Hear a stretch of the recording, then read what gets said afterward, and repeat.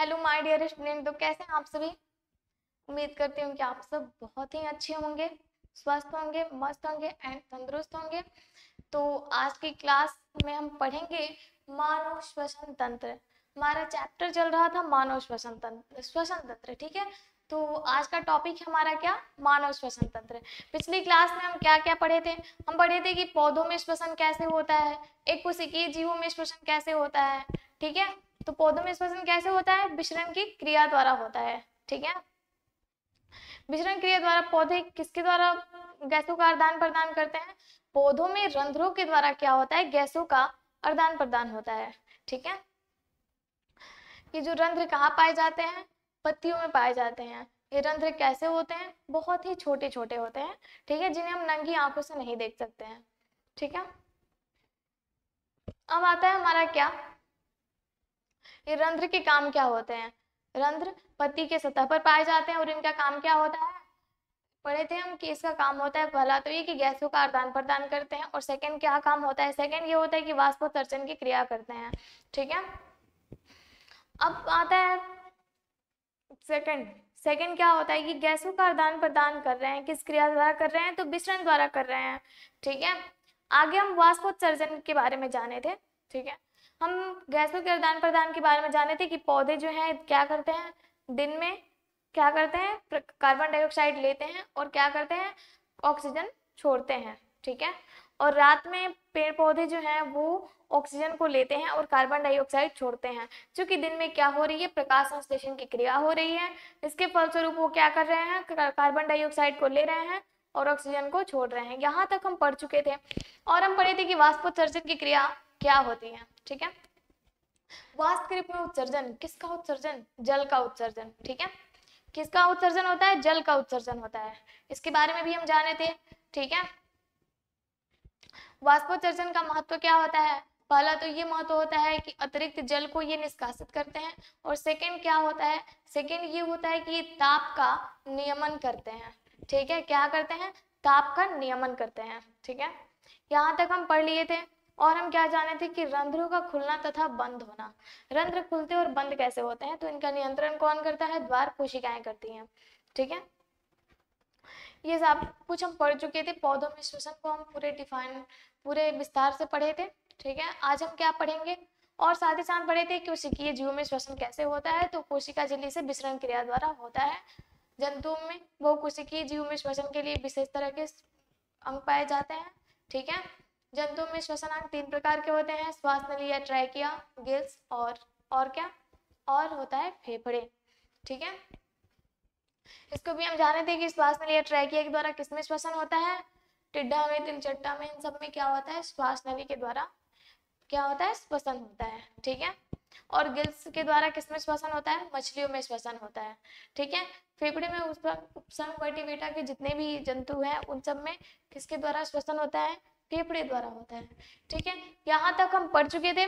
आज हम पढ़ेंगे मानव श्वसन तंत्र, ठीक है। आज हम पढ़ेंगे कि मानव श्वसन तंत्र क्या है, ठीक है। मानव में श्वसन कैसे होता है, तंत्र यानी कि इसमें बहुत सारे अंग भाग लेने वाले हैं, ठीक है। सभी अंगों को मिला करके क्या बनता है, एक अंग तंत्र बनता है, ठीक है। तो श्वसन तंत्र बहुत सारे अंगों को मिला करके यहाँ पे क्या बना है, श्वसन तंत्र बना है, ठीक है। तो मानव श्वसन तंत्र में हम सबसे पहले ये जानेंगे कि मानव श्वसन तंत्र में सबसे पहली भूमिका किसकी होती है। तो सबसे पहली जो भूमिका है वो किसकी होती है, नाक की होती है, ठीक है। किसकी हो रही है, नाक की हो रही है। सबसे पहली भूमिका किसकी हो रही है, नाक की हो रही है, ठीक है। नाक क्या कर रहे हैं, नाक के द्वारा श्वसन होता है, ठीक है। सबसे पहले ऑक्सीजन हम कैसे लेते हैं, हमारे बाह्य नाक में क्या होते हैं, 2 नासिका छिद्र पाए जाते हैं। क्या होते हैं, 2 नासिका छिद्र पाए जाते हैं, 2 बाह्य नासिका छिद्र पाए जाते हैं, जिसके द्वारा क्या होता है, ऑक्सीजन को हम लेते हैं।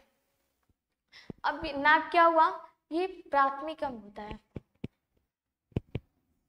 इसे क्या कहते हैं, इसे प्राथमिक अंग कहते हैं।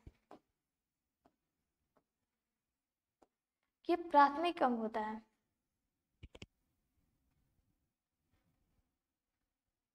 किस तरह ये काम करेगी, प्राथमिक अंग की तरह काम करता है,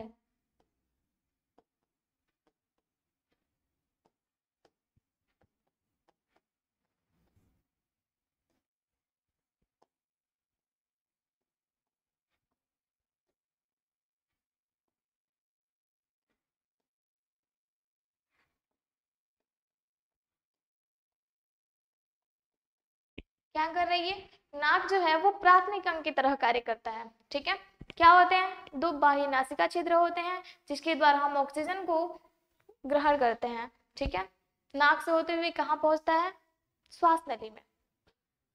प्राथमिक अंग की तरह कौन काम कर रहा है, सबसे पहले नाक कर रहा है। अब हम आते हैं सेकंड जो होता है इसमें अंग, सेकंड अंग होता है मुख। ठीक है, क्या होता है, मुख होता है। ठीक है, अब मुख क्या काम करता है, ठीक है, हम श्वसन किसके द्वारा कर रहे हैं, नाक के द्वारा कर रहे हैं। लेकिन अगर हमें जुकाम हो जाए, ठीक है, हमारी नाक बंद हो जाए, सर्दी जुकाम के कारण क्या होती है, हमारी नाक बंद हो जाती है, उस स्थिति में हम किसके द्वारा सांस लेते हैं, किसके द्वारा लेते हैं, मुख के द्वारा लेते हैं। ठीक है, तो ये किसकी तरह काम कर रहा है, ये द्वितीयक अंग की तरह काम कर रहा है।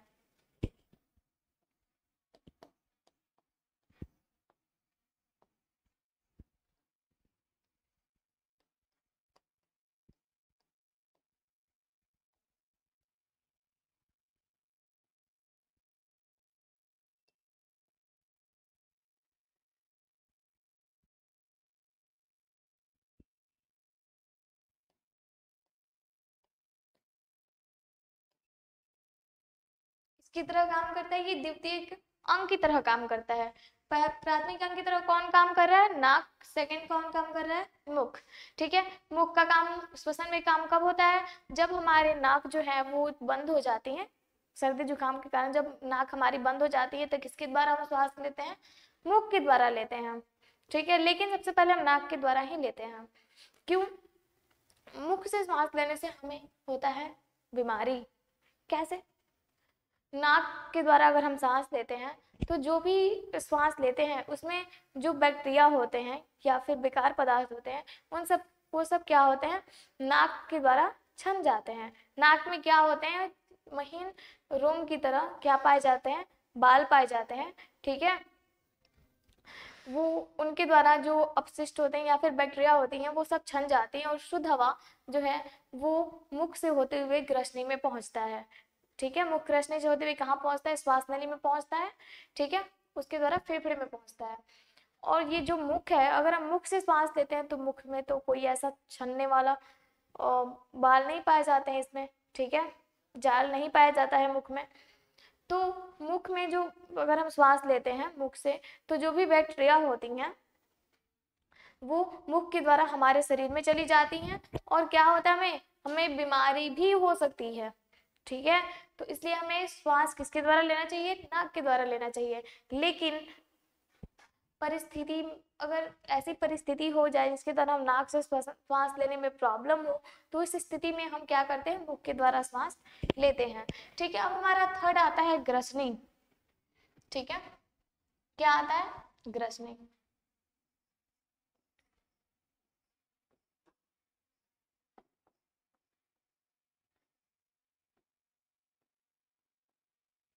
क्या आता है, ग्रसनी आता है।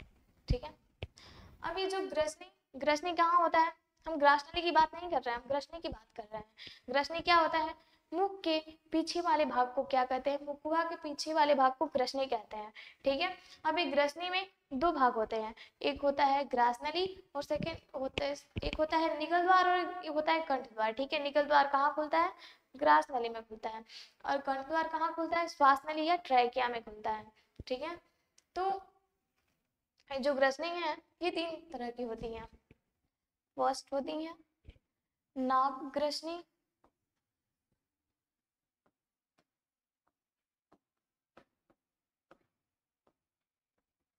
सेकेंड होती है मुख ग्रसनी,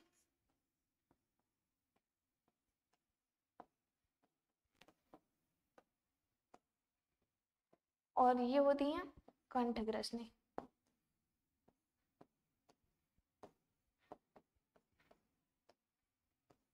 ठीक है, ये जो नाक ग्रसनी है, अगर हम नाक से सांस लेते हैं तो सबसे पहले जो हवा है वो कहाँ पहुंचेगी, नाक से होते हुए मुख में और मुख से कंठ ग्रसनी में।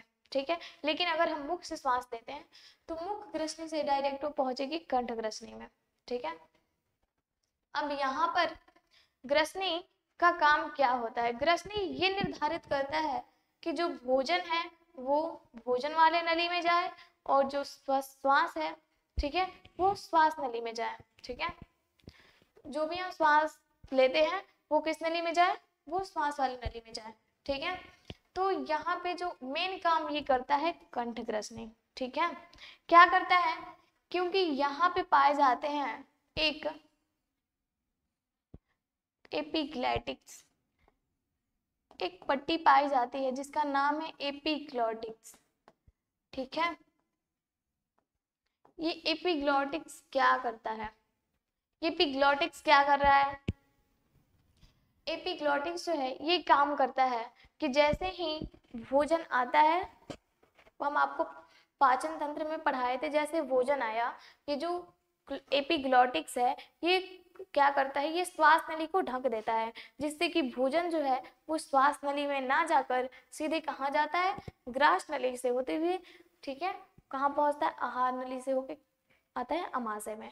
ठीक है, लेकिन मेन काम किसका है, एपिग्लॉटिक्स का है। ये जो पट्टी है उसको ढक देती है, जिससे कि भोजन जो है वो कंठग्रसनी में, सॉरी, वो श्वास नली में नहीं पहुंच पाता है। ठीक है, अब ग्रसनी क्या काम कर रही है, ग्रसनी का काम क्या होता है, ग्रसनी ये निर्धारित करती है कि भोजन भोजन वाली नली में जाए।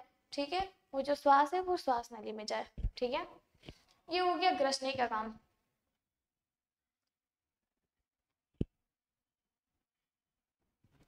ठीक है,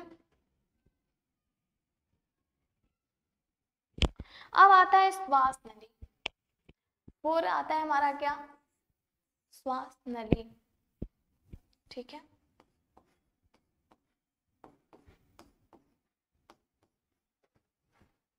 श्वास नली या ट्रैकिया।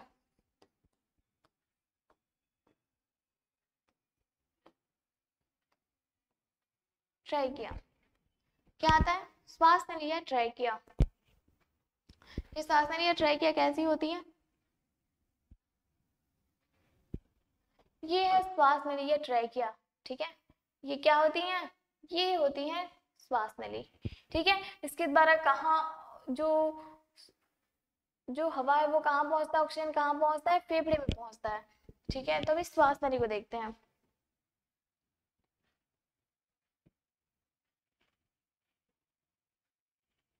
श्वास नली को देखते हैं। ठीक है, ये होती है श्वास नली, इसके द्वारा जो ऑक्सीजन है वो कहाँ पहुंचता है, फेफड़े में पहुंचता है। ठीक है,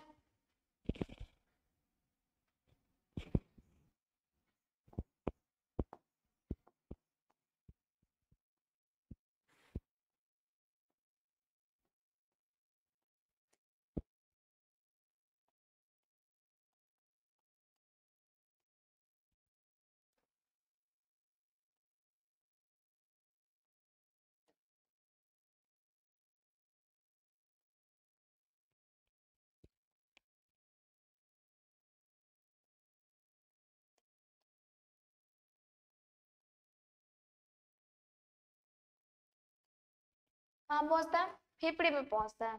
ठीक है, अब देखते हैं श्वास नली होती कैसी है।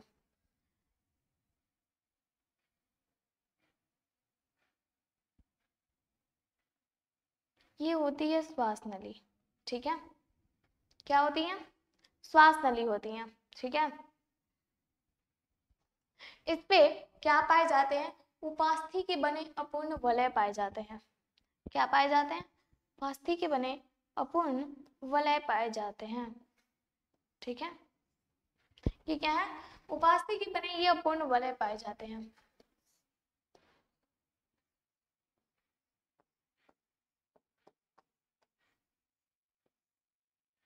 उपास्थि उत्तक के बने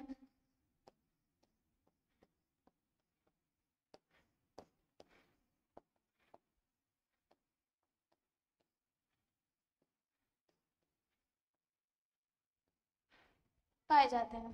क्या पाए जाते हैं, इसके द्वारा श्वसन फेफड़े में पहुंचता है, और क्या होता है,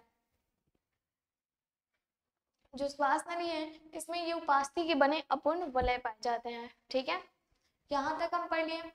अब ये उपास्थि के जो बने अपूर्ण वलय होते हैं ये क्या होते हैं, कैसे होते हैं? जैसे ये उत्तक दो तरह के होते हैं, ठीक है, कंकाल तंत्र में ये आते हैं, आप 9th में पढ़े होंगे, अस्थि और उपास्थि उत्तक, ठीक है। अस्थि उत्तक ये होते हैं जो काफी कठोर होते हैं, ठीक है, जैसे कि हो गई हमारी कहाँ की पैर की हड्डी हो गई, ठीक है, जो क्या होते हैं वो अस्थि होते हैं। उपास्थि उत्तक कैसे होते हैं? जो लचीले लचीले होते हैं, ठीक है, जो हमारी नाक की हड्डी है ये लचीली है, कान की हड्डी है ये लचीली है, तो ये क्या होते हैं? ये उपास्थि उत्तक होते हैं, ठीक है। अब ये उपास्थि के बने जो अपूर्ण वाले हैं इसका क्या काम होता है, ठीक है। जैसे मान लीजिए कि, ठीक है, ये फोन है, ठीक है, अब ये फोन है, ठीक है, इस फोन को अगर हम ऐसे सटाएं तो क्या सटेगा? हमारा हाथ है, अब ये बीच में है, ठीक है। अब मान लीजिए यही हमारे उपास्थि के बने अपूर्ण वाले हैं, ये क्या कर रहे हैं? ये दो नली है, इसके बीच में ये है, क्या इसको सटने दे रहे हैं? नहीं, ठीक है, नहीं सटने दे रहे हैं, ठीक है। तो जो श्वास नली है इसको, जो दोनों नली है इसको ये चिपकने से रोकते हैं, ठीक है, क्या कर रहे हैं? चिपकने से रोक रहे हैं। अगर ये दोनों नली जो है चिपक जाएगी तो क्या होगा? जो वायु है वो फेफड़े तक नहीं पहुंचेगी, ठीक है। जब ये नली बंद हो जाएगी तो क्या वायु आएगी? क्या, बिल्कुल नहीं आएगी। तो ये क्या काम कर रहे हैं? ये दोनों को अलग कर रहे हैं, ठीक है। तो उपास्थि के बने अपूर्ण वाले का क्या काम होता है कि ये जो दोनों नली होती है श्वास नली की उसको चिपकने से रोकते हैं, ठीक है। अब आता है हमारा आगे, अब ये जो श्वास नली है यहाँ पे जो हमारा अगला अंग आ रहा है वो है श्वसनी, ठीक है, श्वसनी और श्वसनिकाएं।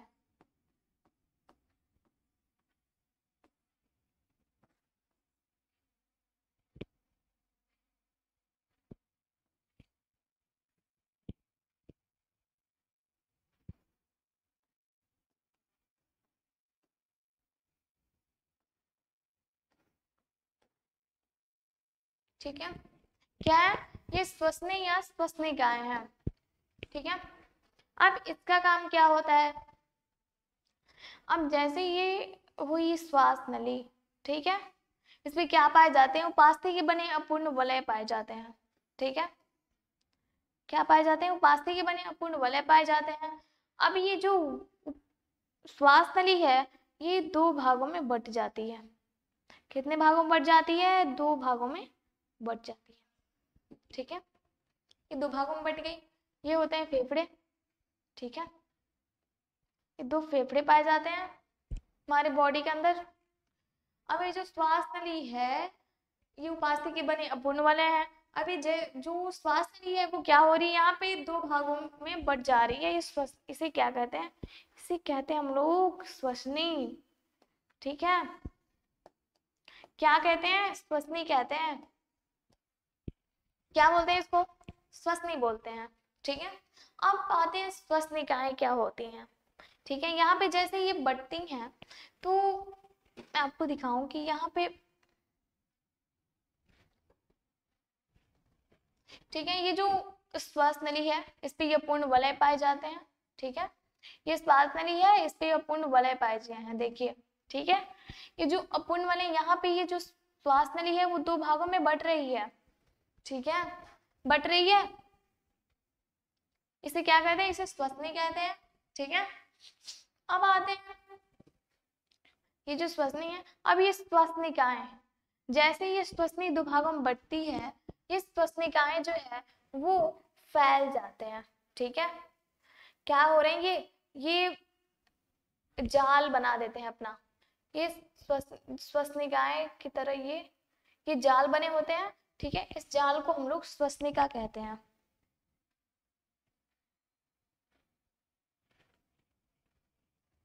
क्या होते हैं ये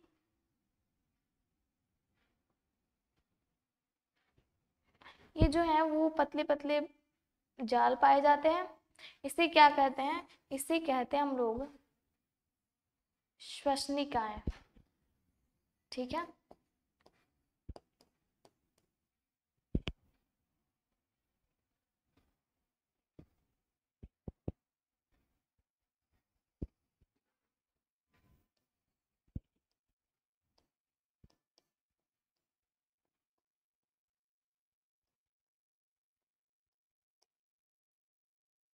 क्या कहते हैं, श्वसनिकाएं कहते हैं।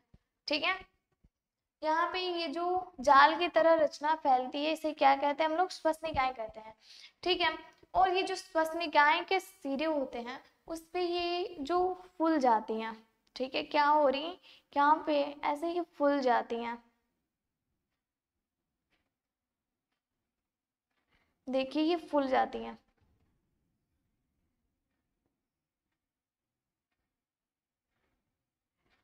क्या हो रही हैं, फूल जाती हैं। ठीक है, अब इस फूली हुई संरचना को क्या कहते हैं हम लोग, इसे कहते हैं हम लोग कूपिका। क्या कहते हैं, कूपिका कहते हैं। ये जो फूली हुई संरचना होती है इसे क्या कहते हैं हम लोग, कूपिका कहते हैं। ठीक है, क्या कहते हैं, कूपिका कहते हैं। यहाँ पे ये श्वास नली हुई, ये उपास्थि के बने अपूर्ण वलय थे। ठीक है, अब ये जो श्वास नली है कितने भागों में बट गई, 2 भागों में बट गई। ठीक है, इसे क्या कहते हैं, इसे कहते हैं हम लोग श्वसनी। और ये जो श्वसनी है यहाँ पे ये जाल बना रही है। ठीक है, इस जाल को क्या कहते हैं हम लोग, इस जाल को कहते हैं श्वसनिकाएं।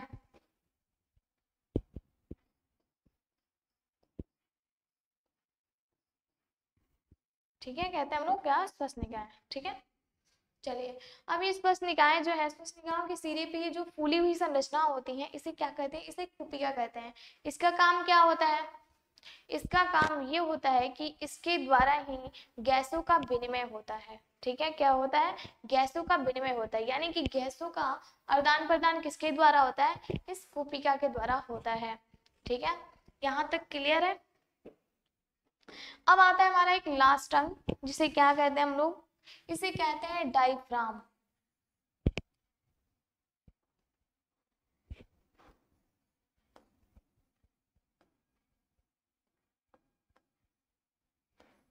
इसे कहते हैं हम लोग डायफ्राम।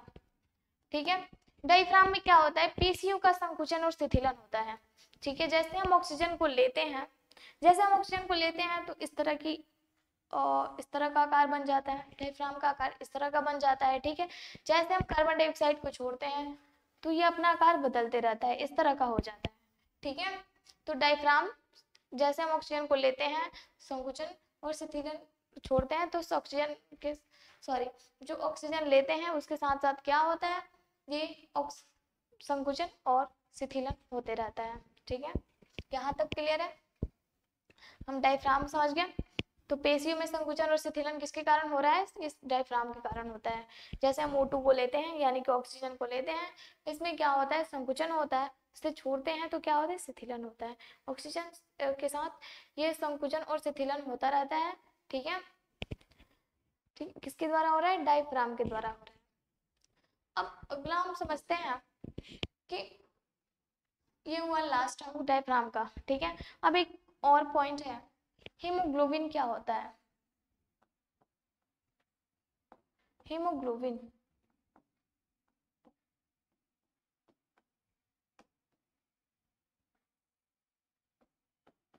ठीक है, हीमोग्लोबिन क्या होता है, हीमोग्लोबिन एक प्रकार का श्वसन वर्णक होता है। क्या होता है, यह एक प्रकार का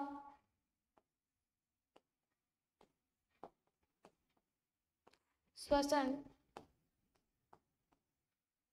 वर्णक होता है। ठीक है, क्या होता है, ये एक प्रकार का श्वसन वर्णक होता है। ठीक है, अब ये मेन काम किसका होता है, हीमोग्लोबिन का, ऑक्सीजन जा रहा है। ठीक है, अब ये कोशिकाओं तक कैसे पहुंच रहा है, इस हीमोग्लोबिन की मदद से जा रहा है। तो सबसे मेन काम किसका है, हीमोग्लोबिन का।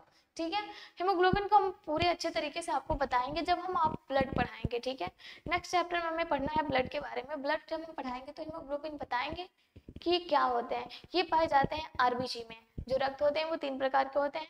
ठीक है, आरबीसी, डब्ल्यूबीसी और प्लेटलेट्स। तो जो आरबीसी है उसमें ये हीमोग्लोबिन पाए जाते हैं, तो इसको हम उसी चैप्टर में हीमोग्लोबिन को बताएंगे। तो चलिए यहाँ पे हमारे ये चैप्टर हो रहा है समाप्त। ठीक है, अगली क्लास में हम इस सारे टॉपिक से बहुत सारे ऑब्जेक्टिव को करेंगे। ठीक है, ये जो चैप्टर है वो काफी इंपॉर्टेंट चैप्टर है, हर साल इस चैप्टर से क्वेश्चन पूछे जाते हैं। ठीक है, तो सीधे सीधे क्वेश्चन इस चैप्टर से पूछे जाते हैं। पूछते हैं मानव श्वसन तंत्र की संरचना बताएं। ठीक है, मानव श्वसन तंत्र की संरचना आता है। ठीक है, तो यहाँ तक हमारा ये चैप्टर हुआ क्लियर। तो मिलते हैं हम लोग अपनी अगली क्लास में ऑब्जेक्टिव के साथ।